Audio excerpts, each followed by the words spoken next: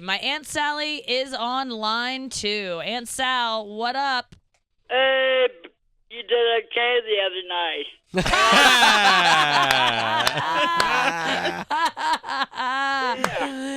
Just okay? You did great, babe. Thank you, Aunt Sal. Yeah, you did real good. What was your favorite part? Any The end of it. The end of it? Oh. You old bitch.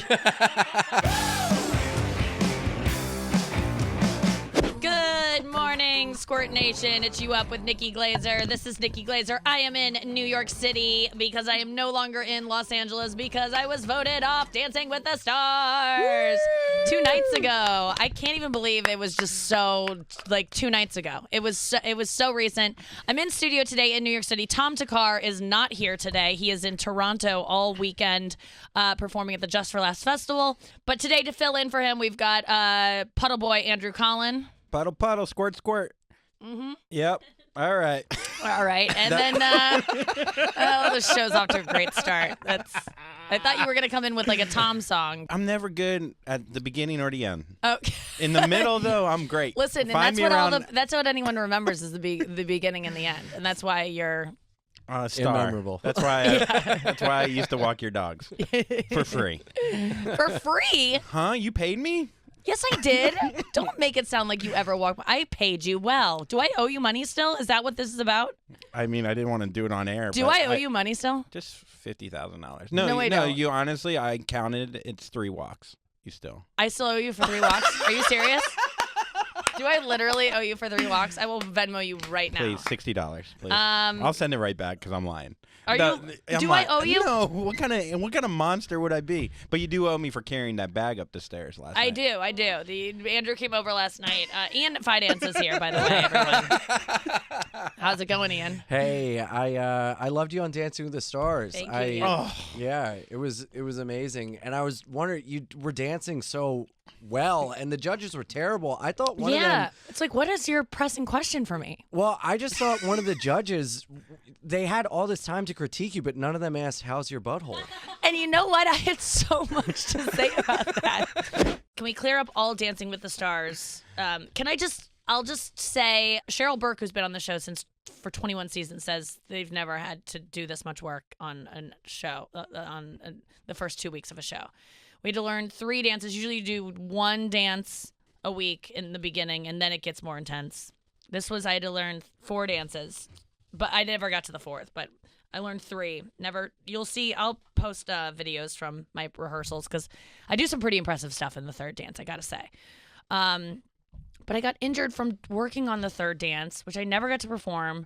And then, so I was bummed, man. I was really sad, and Gleb and I weren't really getting along. Not that I wasn't getting along, but I was just so disappointed in myself for him because he's such a good dancer, and I want him to be on the show. And when you're eliminated, he's still going to be featured on the show, but I just felt like such a failure for him, and he was mad that I was injured, but not mad at me, and it's such a weird relationship with your dancer. It's like a relationship, and I was like, I feel like Gleb is filed for divorce and hasn't told me yet. That's kind of the sense I got. He's already checked out.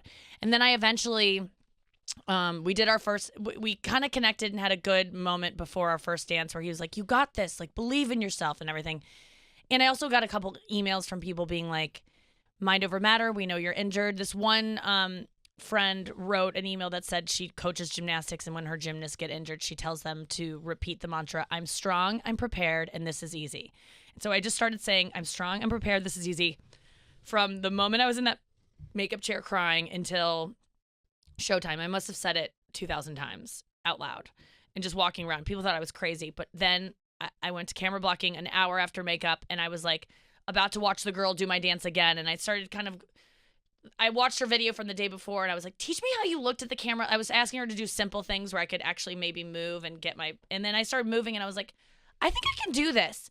And then I went out and did the camera blocking, and Tom Bergeron, the host, was watching and was like, I thought you were injured. And I was like, I did too. It literally, my mind, and I am, because afterwards, it really hurt. And then I got, but I was able to get through the pain by just changing my mindset. So I've always been someone who's like, oh, you can meditate your way out of pain. A lot of our physical ailments, our back pain is just mental. And people always go, no, I actually have a tear. Well, I did too.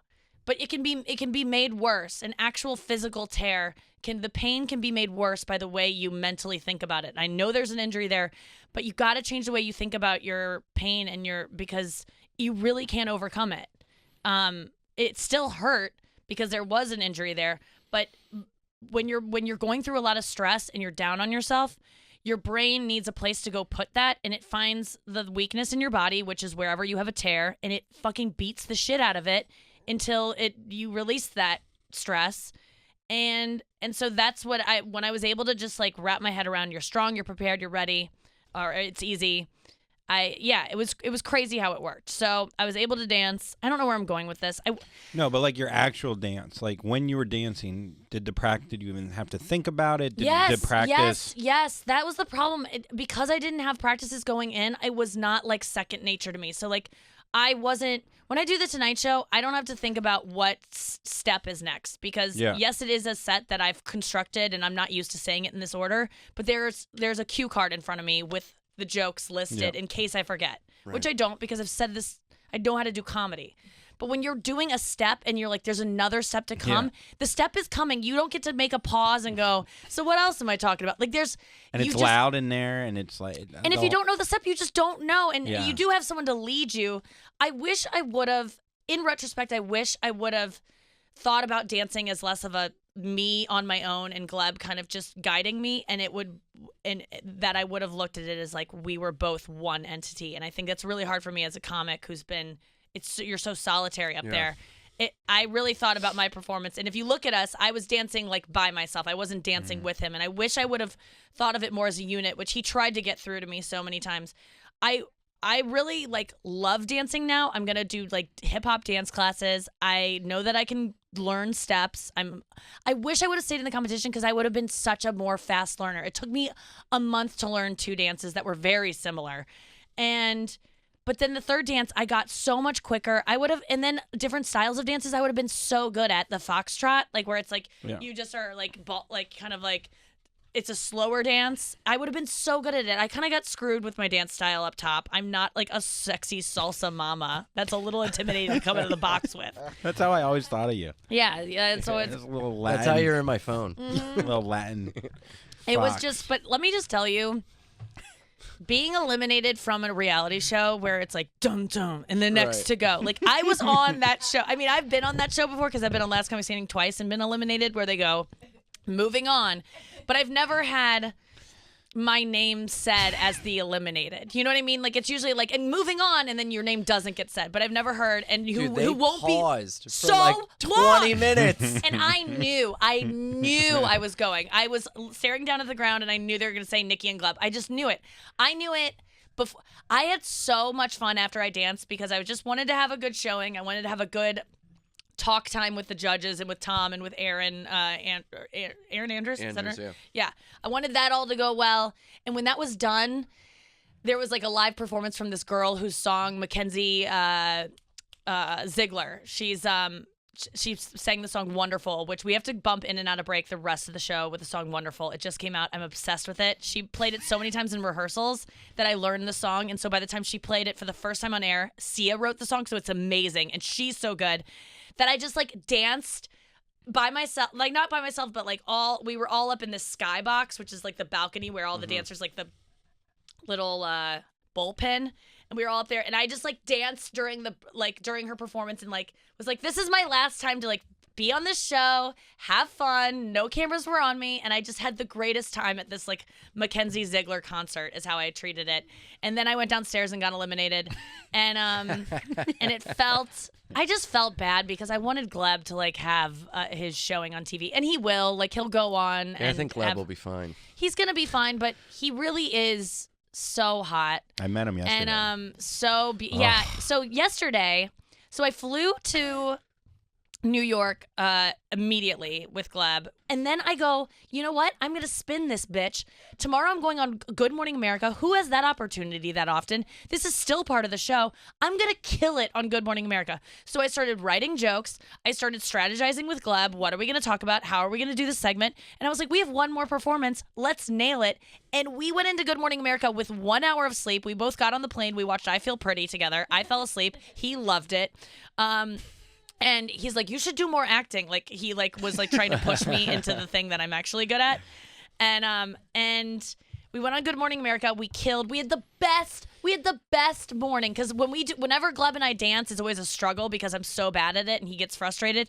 And eventually we have fun and we had good rehearsals. But whenever we would go do press together, it was so much fun because I got to shine and show what I'm good at, and I got to teach him a thing or two because he wants to be better about being on the mic because he's, English is his second language, and he's like so hot that he like doesn't have to like talk for people to want to like him. Kevin Hart's gonna be in here in a second. Should we talk to him about having resentments? Yeah, because I'm for sure sure. he has some. Oh, look at he's getting all ready to come in here. I'm sure he still hates a lot of people. Yeah, He's about to hate one more. Don't tell him about my teeth.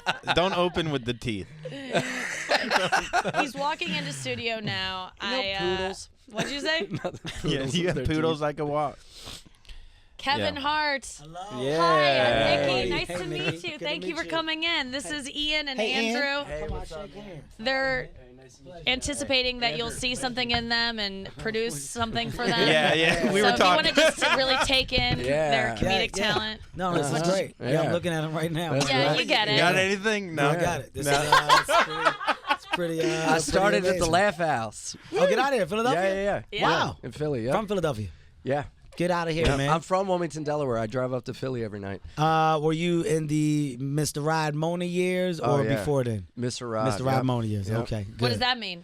That was just one of the owners. Yeah. Oh, the okay. owners. All right. Yeah. Just testing him, making sure that he ain't lying. Yeah. He After would have just shows- agreed to anything you said. Yeah, Yeah. That's a good guy. Yeah, he's great. You were there when, That's all. Yeah. when Derek Jeter had it? Yeah, that's when, Mr. Rod. yeah, Number so two? it's great, yeah. Number two? Yeah, Yeah. that's when he was great.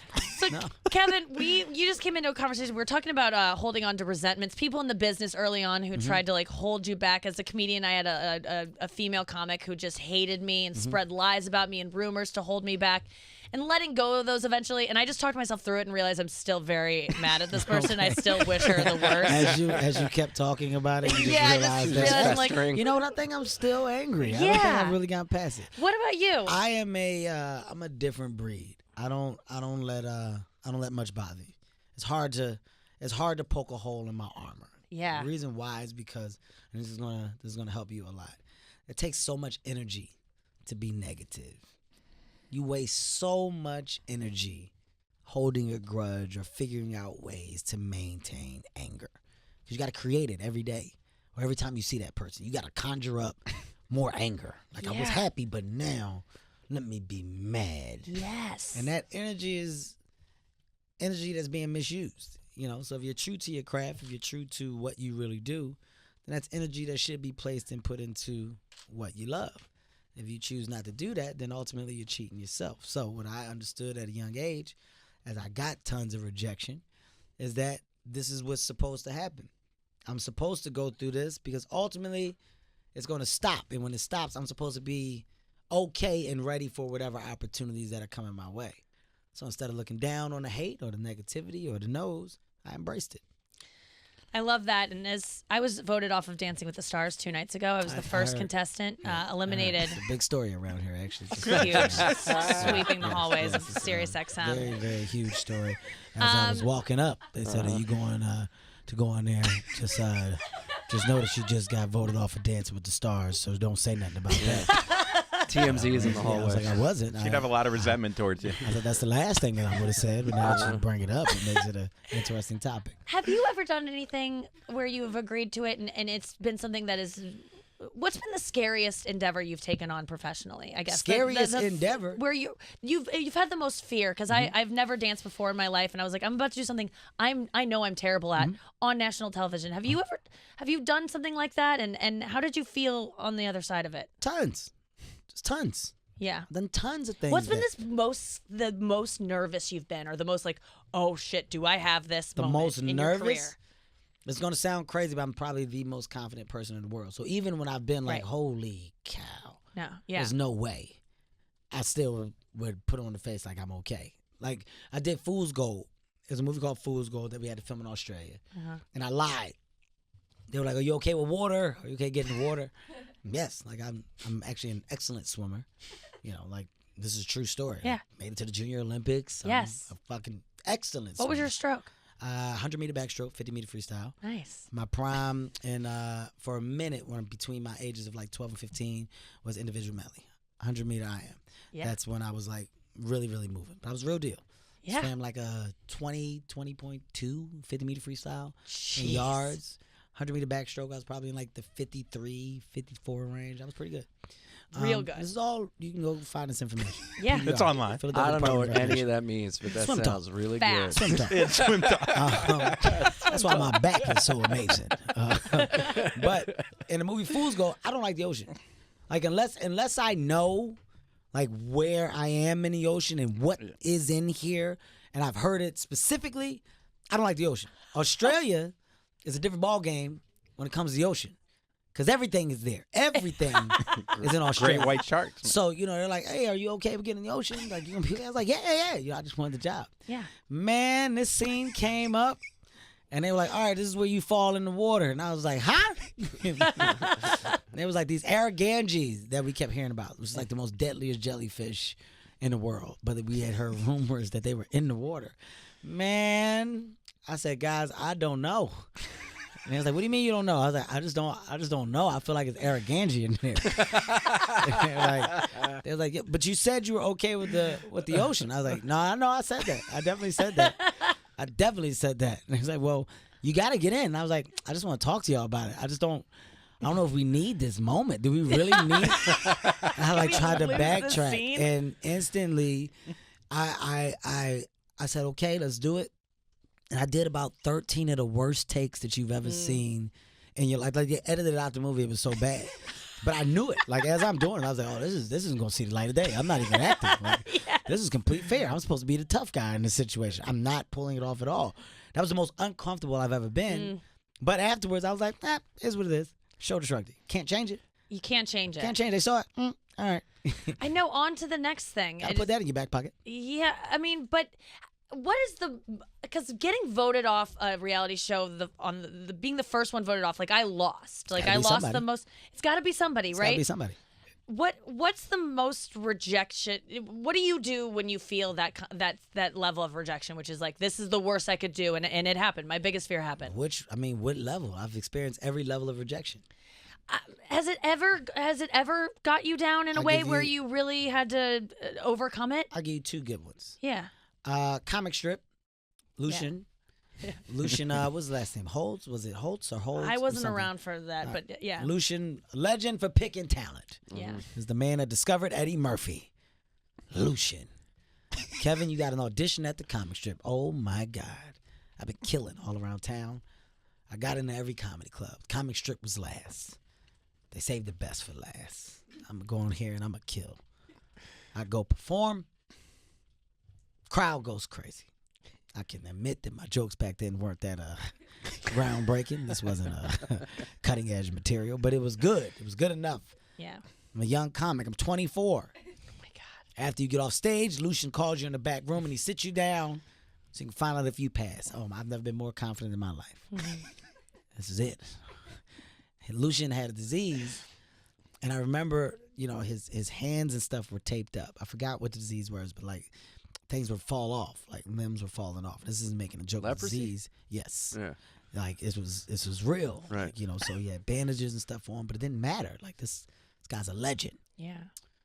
In his most vulnerable state of, you know, the last stages of the disease that he was dealing with, this man told me, he said, comedy isn't for you. I was like, huh? I mean, what? Huh? You know, I'm waiting for the I'm waiting for the punchline. He said, maybe you should pursue something else. Maybe find a job. But I don't see. Swimming? I don't see. It's so calm. I just don't see you doing this long. And I'm like, What? What are you talking? I don't understand. He's And like, you just killed. I just killed. He's like, that's not. I just don't see talent. So I'm not gonna pass you. Oh. And I sat there for a second, and I remember his hands were like up in the air, like they had tape on them. I could have said mean things. I could have been like, you know, I could have said a lot of stuff. I stared at him for a minute. And he was like, thank you. He kicked me out, like in this condition. Thank you. And I was like, that's it? He's like, yes, that's it. Like, I get up, I walk out. My friend Keith Robinson is outside. And Keith's like, what did he say, stupid? I was like, he told me I should get a regular job. He told me that this isn't for me. This is not a good job. Like, I should find something else. And Keith's honest reaction, he was like, fuck him. I was like, huh? Fuck him. So what, stupid? Let's get something to eat. And Keith this is my mentor. This is like the guy who's been giving me advice or whatever. He didn't blink 2 eyes. Yeah. He wasn't devastated at all. And he said, let's get something to eat. And it was like nothing happened. And instantly I processed that moment as, what is that? Am I gonna stop because of that information? So what am I holding on to? Right. I immediately let it go and we ate. And I was fine. We went up at a spot later that day and I just went to the comedy clubs that accepted me and worked those, and the comic strip eventually found out, and then they called me later on. But I learned at the young age of 23, 24 to say fuck it. So many people can't say fuck it. So many people allow emotion to overtake reality. Fuck it is reality. What just happened 30 seconds ago, I cannot change. I don't have that power. I don't know how to go back in time. You'll figure it out. And go. If anyone can figure out the power to go back and change. If I could, I would. But I can't. I can't. Wave my hands and take that time back. It happened. That's why I address things the way that I do. That's why I have no problem with admitting right from wrong. I have no problem with being real and authentic. I'm a person. Are you an apologizer? Does that come easy to you? An apologizer. Like if you're wrong, they say never apologize for a joke. Or are you good? Are you good at being able to be like, even in interactions with your kids or your wife, or just saying I'm sorry? Are you a good apologizer? Because some people struggle with that. The older you get, the more mature you get. That should happen. If it's not happening, then I suggest you sit yourself down and ask yourself why. You're supposed to get more mature. Yeah. I've fucked up a lot. I've done a lot of wrong. And me doing wrong, I realize it's not just wrong, it's stupid. Okay, Kev, how do you grow from stupid? How do you grow? You embrace what you did, you own it because you made that bed, so you lay in it. After you lay in it, you get out that bed and you say, you know what, I don't want to make this bed again for a long time. Yes. I don't want to make it again. So I'm now aware. I'm conscious. So when you say jokes or apologize for things you say on stage, I don't say things that are going to put me in a position to have to apologize because I'm aware. So the lesson taught to myself, be aware. Don't be ignorant to what can, because you can always prevent it before it happens. So before you put yourself in a position to apologize, there's a beat where you get to make a decision. Do I want to throw the shit? Yes. Do I want to say this? Do I want to call them this name? Do I want to use this term at this moment? Is there another route that I can take to get the same message across? There always is. Do you still make those mistakes though, and are you still willing to make those mistakes? Because I hear what you're saying, but when I mess up, it's sometimes hard to acknowledge it and apologize because then I feel like an essentially flawed person. But what you're saying is like you can acknowledge that and say, no, I'm going to be better What's from now. What's wrong with being flawed?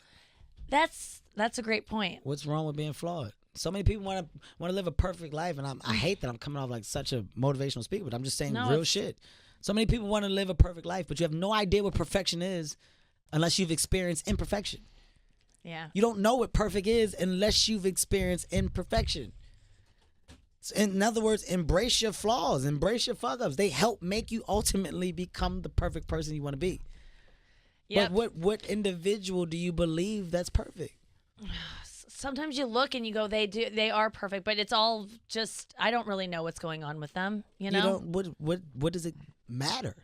So if you're saying I don't want to be flawed, why? That's my question to you. Because I don't want to hurt other people. I don't want to be misinterpreted and thought of as a bad person. Like, I think there's a fundamental part of a lot of us that just thinks like I'm a bad person. People are gonna find out. You know what I think? What? I think you think too much. Yeah, I do that. I think you overthink a thought before it becomes a real thought. You're thinking about the thought behind the thought that may be because I think that this could. Yeah. It's a bunch of shit that makes no sense. Like it's a waste of time. You have no action yet. You're thinking about all this stuff before an action has even taken place. Kevin Hart is here. He has a new movie out, Night School, which I haven't had a chance to see yet. Ian, you saw it. Yeah. You loved it. Yeah. Did you like it, Ian? It's coming Yeah, I out liked it a lot, tonight. man. There's some funny parts in there, man. Yeah. I'm so Some real laugh excited out loud about this moments. movie. Yeah. Tiffany Haddish, Kevin Hart. What more could you ask for? Now, this is a movie about second chances. Is what I've heard. Yeah, just what we were talking about. That's crazy that it's honestly right on par with this conversation. Well, tell me how so? So, back to the point of, what we were discussing, it's a movie about people that feel like because they didn't get it right the first time, that there's no reason to go back and try again because they don't want to be perceived as a person that failed. I don't want to look like I failed. I don't want to look stupid. I don't want to look like I couldn't do it, so I'm just going to not do it. Yes. We're trying to lie to make it seem like you're not. You're trying who you to create a false presentation of who you are based on what you think the opinions of others will be. So in this movie, it basically shines a light on those type of individuals by looking through a lens of the character that I play named Teddy Walker, who's putting on a facade to a woman that he's very much in love with and making it seem like he's in a position that he's not. And when his charm and wit and personality runs out and he's in a situation where his back is against the wall, he's forced to get his GED. He doesn't have a GED, but nobody knows. He has to, for the first time, apply himself like he's never had. While trying to hide it, ultimately he comes across other people like himself, and they band together and realize it's okay to be who we are. Yeah. And the piece of paper that we look at that can be considered the diploma has a much bigger meaning. That piece of paper makes you feel like, hey, I'm making steps in the right direction to succeed in life. This makes me feel like I can.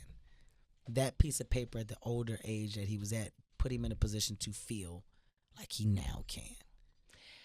So this movie is about doing things that you think it's too late to do them. Yeah. But putting out an effort to do that, and by doing that, by just putting in the effort, maybe if you don't even get the piece of paper, It's still the effort. It's And still you can the keep effort. going back. My guy doesn't. He Yeah, doesn't that's get what the I piece of like. paper right away. Yeah. It's He's a funny failing. beat of how he's failing. But it's GED's like, a tough test. No, 100%. Yeah, tough test. It's just saying like there's nothing wrong with failing. There's nothing wrong with Especially it. later in life, too. Kevin Hart, though, you think Kevin Hart and you go, this guy doesn't fail. It's so nice to hear that from you, because the reason you seem like someone who doesn't fail is because you've failed so much and you have the attitude of someone there's nothing wrong with that. That failure isn't failure. It's not failure. It grooms you for the wins. Right now, I'm so determined to do so much because I know what the other side looks like. Now I know I can't lose because I have so much information on how to lose. Yes. So if I didn't take those losses, then I don't know how to properly take the wins. And some people take the losses and then they just stop. Ah, fuck that. Yeah, I'm not doing it again. There's an analogy. My friend Scooter Braun, very, very good dude. Scooter Braun told me something one day, and it stuck with me. He said, if I were to tell you that right now I'm giving out $5 million to the first average individual that can hit a home run with a pitch thrown by a major league pitcher. He said there's going to be a line that probably is the length of the entire city. There's going to be a line. Crazy people lined up. The wait in that line could be days before you get up to bat. He said so many people are going to get in that line and they're going to strike out because this is a major league pitcher. And when they strike out, they have the opportunity to go back to the end of that line and wait again if they want to. Or not. Or they can go, no way I'm going to hit this pitch. Scooter said the difference between me and everybody else in the world, I'm going to keep getting back in that line until they stop doing whatever it is they're doing. Whoa. He said, I'm going to get back in that line and wait. He said, because that line is going to get shorter and shorter because nobody else is going to want to wait. When he said that, I immediately said to myself, I would be getting back in the line because that's the type of person I am. Mm-hmm. So with that analogy, it's a great moment for you to ask yourself, who are you? Do you wait in the line for 3 days to take 3 swings at a ball that's being thrown at 105 miles per hour? Or do you get up there for the first time and go, oh, there's no way I'm hitting that shit? It could all be based upon how many people quit. And then the last 3 people, they could get lives thrown at them. Yeah. Because they want to give the money away. You would never know because you turned your back away before you got to that point. I'd be the person that pays someone to wait in line for me. Yeah. And then just show. It's not a bad idea. It's not a bad idea. It's not a bad idea. Kevin Hart. It's not, how many times are you going to pay him? I knew I'd come out of this conversation with you feeling better about just everything. You're so inspirational. Thank you. You're so incredible. I can't wait to see Night School. Thank You you. got to check it. My mom, I thought, went to night school for years. I was like, my mom went to night school because we'd always drop her off at night school. Turns out she got a DUI and had to go get classes. And my parents just told me that she was going to night school. I always go, Mom, but you went to night school, right? And she'd be like, no, I didn't. And I go, I remember dropping you off there. DUI. Kevin Hart, thank you so much for being here. Thank you for all your wisdom. And, oh, God, I just love you so much. See Night School. It is in theaters everywhere. Let's make this a huge box office hit. Tiffany Haddish, Kevin Hart. I can't wait. Night School is the movie. Kevin Hart, thank you so much. Thank you. Piece of good gym dropping for you before I go. Dance with the Stars was dope simply because you got a platform to show that I'm okay with not being comfortable. Yes. And now that you did that, now you're back to being comfortable. Move on. Yes. It's over. I love you, Kevin. Guys. Appreciate Thank you y'all. so much. Take it easy. All right, we'll see you guys next week on the show. Thanks for hanging out with us this week. Squirt, squirt.